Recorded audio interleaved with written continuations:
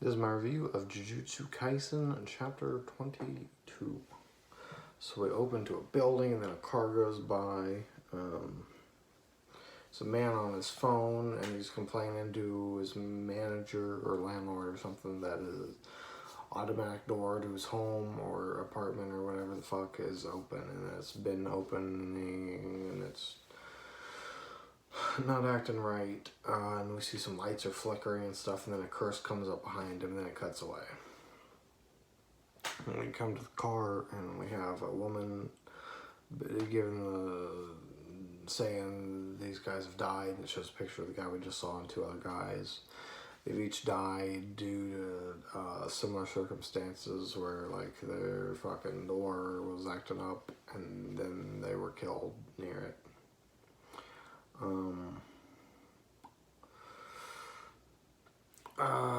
So we go on,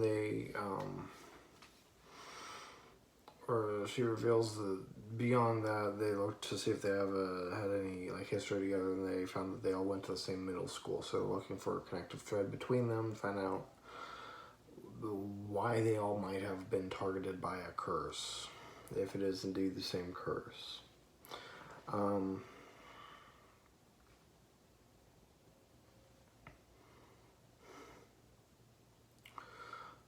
We get back to the group dynamic of Itadori, Nobara, and Fushiguro, and we really didn't get enough of this early on because this is still just fantastic. Itadori and Nobara just have such great chemistry together. They fucking bounce right off of each other and stuff. And then Fushiguro is obviously playing the straight man. It just works really well, and we did not get enough of it because as soon as they were grouped, they were fucking, Itadori died. It makes me wish we had something a little more similar to Bleach, where we had a little bit of time with them to get to know them a little more, see a little more of normal stuff. But instead, as I've said many times, Jujutsu Kaisen is just like blasting on through its story.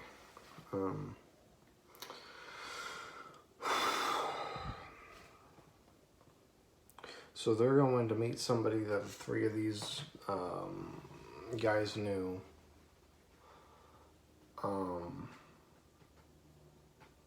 But as they show up, they see he's also dead. His house didn't have an automatic door, but instead his door was unlocked and he just couldn't get inside of it. It wouldn't open even though it was unlocked. And then he was just killed in front of the door.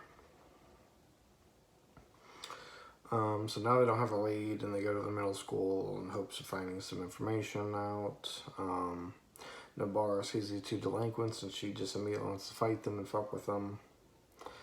The delinquents get up as Itadori and Nobara are going near them, and then as Itadori leans forward talking to them, they see Fushiguro and they freak out. Itadori and Nobara bask in like they're being scared, thinking that they're afraid of them, and they're kind of, using that as an opportunity to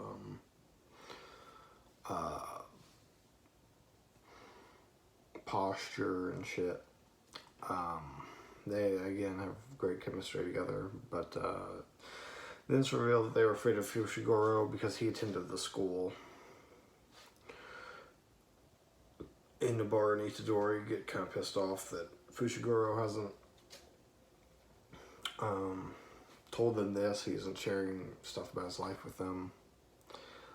And then it's revealed that the reason the delinquents are afraid of Fushiguro is because he beat them up, and in fact he beat up all of the delinquents from their school.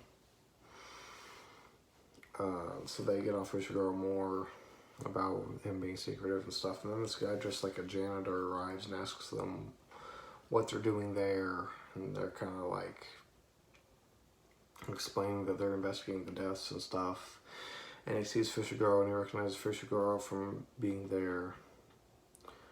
Then he tells them about the men who died, said they were students 20 years ago.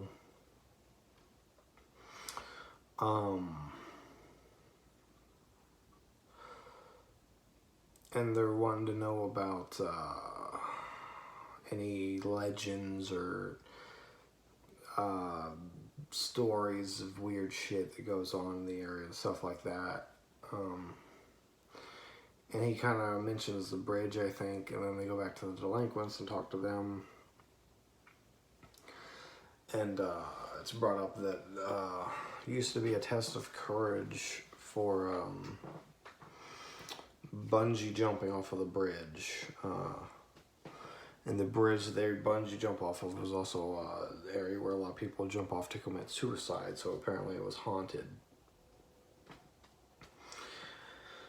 And as it's revealed this is a test of courage, there's a funny scene where Itadori says, well, at least there's someone dumber than me. And it was pretty funny.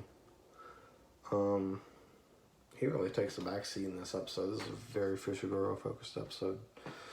And then he gets in the story about the 4 that have died so far. When they were middle school students, they went to the bridge. And they never came home. And so people went out to find them. And they found them unconscious under the bridge. And when they woke them up, they had no memory of what had happened. So they talk a bit more. Basically, they're putting together that there's a curse connected to this bridge, and going to the bridge and messing with the bridge somehow gets you cursed. And so a curse is clearly taken up an area around this bridge. Then the old man asks Fushiguro about Sumiki, who's the girl that Fushiguro's been like seeing all the time. You kind of already know it's his sister, I think. I think that's pretty obvious. I didn't need him to say that for me to know at this point. I mean, I didn't know for sure that she was his sister, but I knew she was important and impactful in his life. At first, it seemed like she was a love interest, and then maybe his mother or sister, some kind of a figure in his life.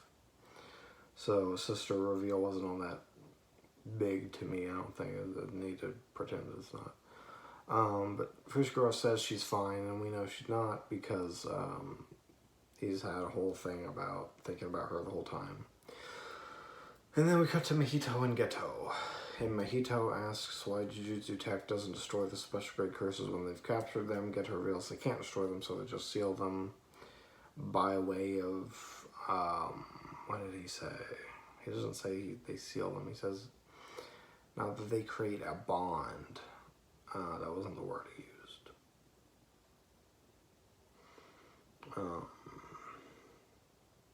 Fuck, it's a 4-letter word and I can't think what the word was that he used.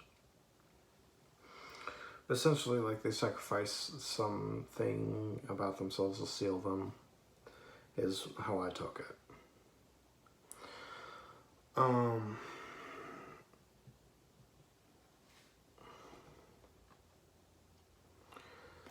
then Goto reveals that Sakurai is a unique case where the body was destroyed and the 20 parts of it became their own individual cursed items. And that they can choose a host, while these curses that they have right now will just inhabit whatever. And that goes back to what we were told at the very beginning of the series, that eating the finger of Sakura could grant you power, but more than likely it'll just kill you. And so, like, if they fed, well, we see there's a man that's, like, stuck to a wall and he's naked and he's pinned with shit in his hands and stuff. And he starts asking Geto if he wants money, and then Mahito grabs him by the face, but he can't see Mahito, and Mahito even mentions that, and then he starts bleeding from the eyes as Mahito's putting the curse inside his mouth. And we cut to the commercial break. And so, like, if he was feeding him a finger of Sakura, it wouldn't necessarily, he would be another Sakura. It would just probably kill him, right? But with this special grade curse, it's going to transform him because it's not as powerful, I guess, would be the term to use.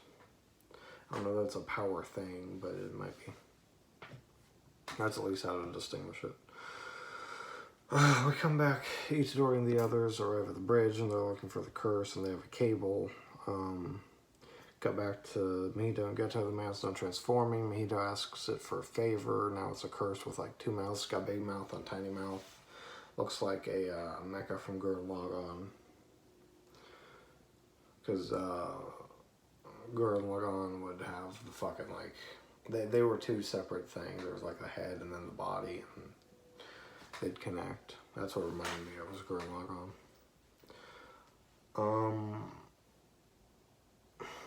We cut back. They didn't find the spirit at the bridge. They're kind of disappointed. Itadori's worried. As they talk, and Itadori's worried that they're more people are going to die if they can't figure out where the curse is or how to draw it out or hunt it down. Because they're thinking about giving up and stuff. Itadori and Nobara kind of have some more moments. It's really fun. They're talking to the lady who brought them. She's this blonde-haired woman. I don't think they ever mentioned her name.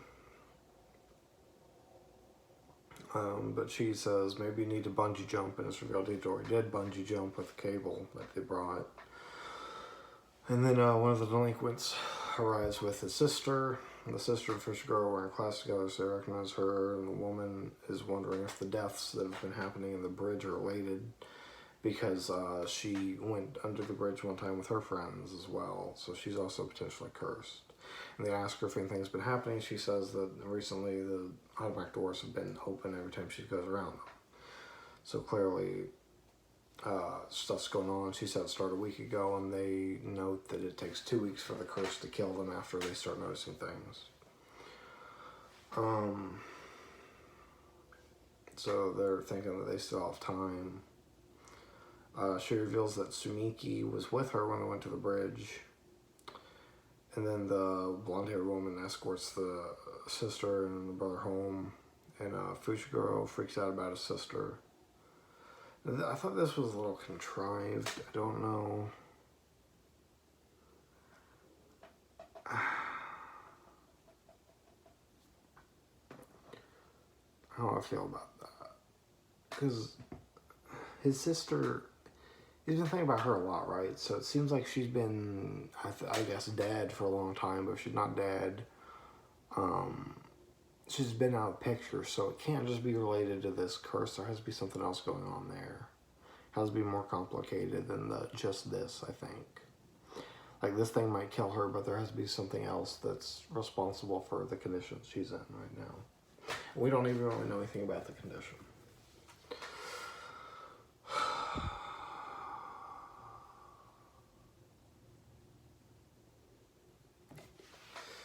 Fushiguro calls Ijichi, I've been calling him Ichiji, but it's actually Ijichi, because his fucking names can't be simple.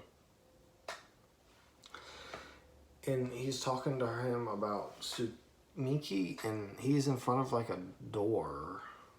So I assumed that he's with Sumiki and monitoring her, but I don't actually know, because they're talking about having someone to guard her, and he says that due to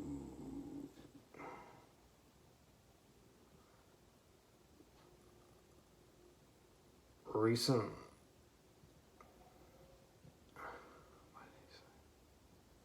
the first time I watched this episode, I thought he said due to the recent casualties we've suffered, we only have second grade curses available. They don't have any first grade, and it's assumed that this is a first grade curse. But when I actually watched it to take my notes, he said something else. He did not say anything about, like, deaths. I think the way that it was worded to me actually implied that because they aren't sure that this is a first grade curse, they're only allowed to have second grade sorcerers guard his sister, which sounds really weird. I liked my first interpretation better, that because Mahito killed some of them, they can't afford to send out first grades. But I don't know. It's pretty, it was hard to understand. If it is the latter and it's just because they don't recognize it as being a first grade threat, that's kind of stupid and political and makes the Jujutsu stuff seem even dumber than I think it's meant to seem.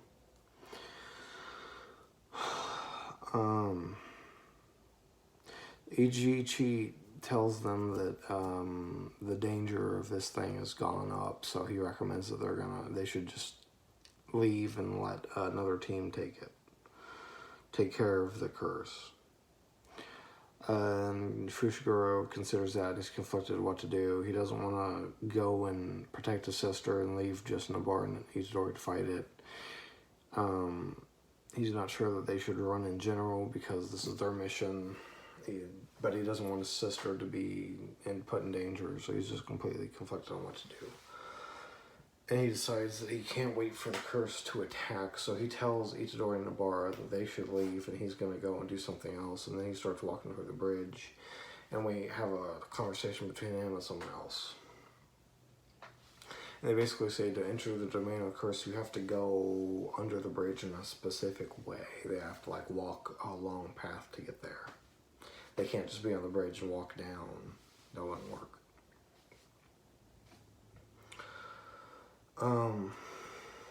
He says it's another incomplete domain, just like the one from the prison where they fought the first special grade curse. And as he's thinking, Itadori and Nobara return and show up right behind him, and Nobara basically says, if you didn't notice us coming, you're really fucked up and conflicted. And Itadori tells them that they just want his trust and for him to tell them what's going on. And he tells them that Sumiki is still bedridden. And I don't know what that means. Again, since the beginning of the series, it has seemed that she's been in this condition. I'm assuming she's in a coma. And I'm assuming that because she's in a coma, she can't obviously deal with this curse. He says like she can't communicate. It's a weird. This episode was really weird with its dialogue choices. But my understanding is that she's in a coma and she can't tell him if it's near her or not, so he doesn't know when it could kill her. It could kill her at any time, basically, once it targets her.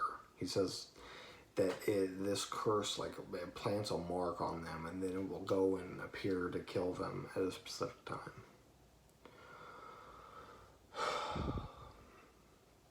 But I don't think that this can be the reason she's in a coma is related to this curse. This has to be something else going on here that we just aren't aware of. But then they're walking down the fucking under the bridge, and we get a couple of cuts of them doing the path, and they being explained this, that they will come to a river after the bridge, and crossing the river is symbolic of entering the afterlife. As they cross the river, there's a spark, and they enter the domain. The curse awakens. It like has all this shit that shoots everywhere, and then its mouth comes out and it starts screaming. And then the curse Mahito awakened arrives. It comes running up and past them and kind of flips on its face, and it gets up and it says something like, oh, there's other people here or something. So this thing can talk now.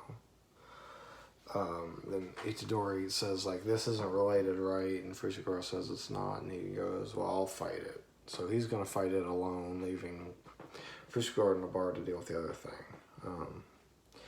Very ugly curse. Like I said, it's got a big mouth down here, the face of the guy up here. It's missing teeth, and it's just ugly fucking curse.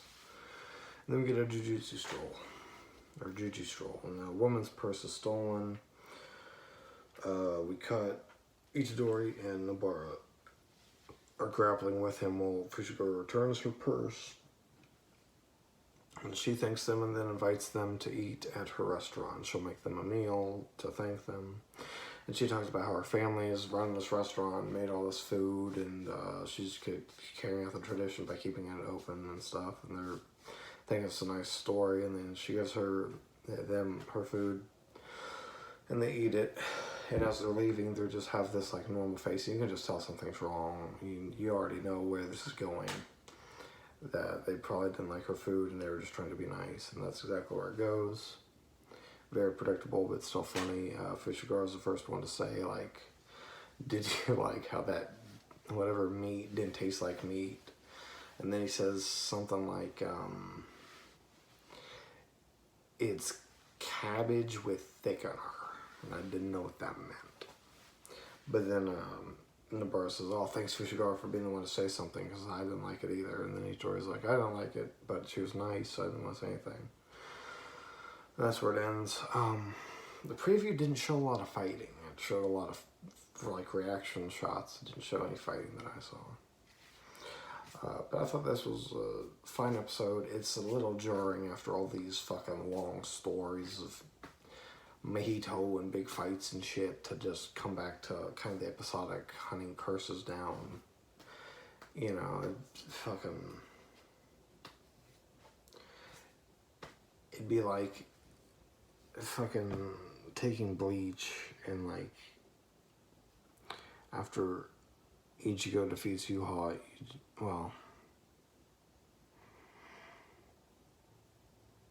after Ichigo gets out of the Soul Society, we follow him like fighting normal hollows for a minute. It's not the exact same because obviously Itadori isn't that much stronger. He's just better at using his curse techniques, but he hasn't actually like gotten a lot stronger. He can just use his power in a stronger fashion, right? So it's not a perfect comparison, but and I'm not saying that won't work, but it's a pretty hard sell to have us focus in on the main antagonist and then take us back to a more episodic kind of a story. And it's not fully episodic. Mahito and Geto are still there doing stuff, but yeah. I didn't dislike it. It's just a lot of people wouldn't recommend you do that. But Gege's making it work. I liked it. Fun episode. Like I said, I love Itadori and Nobara's dynamic. Wish we saw more of it. Especially early on before fucking Itadori died. But I understand why everything was done the way it was.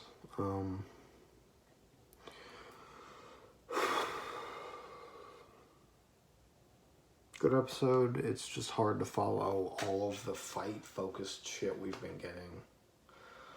When we go from fucking Gojo versus Joko into the Nanami stuff. We have Nanami versus Mahito. We get fucking Itadori versus Junpei and Itadori versus Mahito and fucking go right into the fucking tournament arc. Have Itadori fighting fucking Toto and everyone's fighting each other. And then fucking Hanami shows up and we have a big fight with Hanami for a few episodes. It's just hard to follow all that. That's like big climactic shit, and now we're setting up a new story, a progressive story, so it's just hard to follow it. But this is what it needed to be. It's setting stuff up for the future. It's a laid back episode.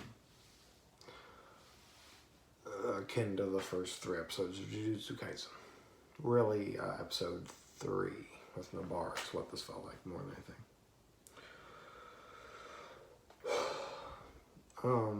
That's all I'll say. It was good. I'm hoping for a strong finish here with the season. It seems to be going fine. I don't know where we're going to end. I know there's a Jujutsu Kaisen Chapter 0 a lot of people talk about. I'm assuming that's going to be an OVA that gets released at some point.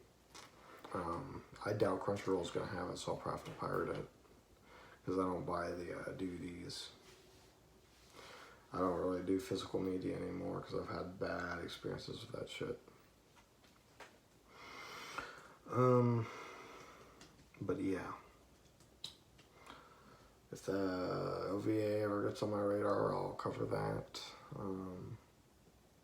We're getting to near the end of these Jujutsu Kaisen reviews for a while.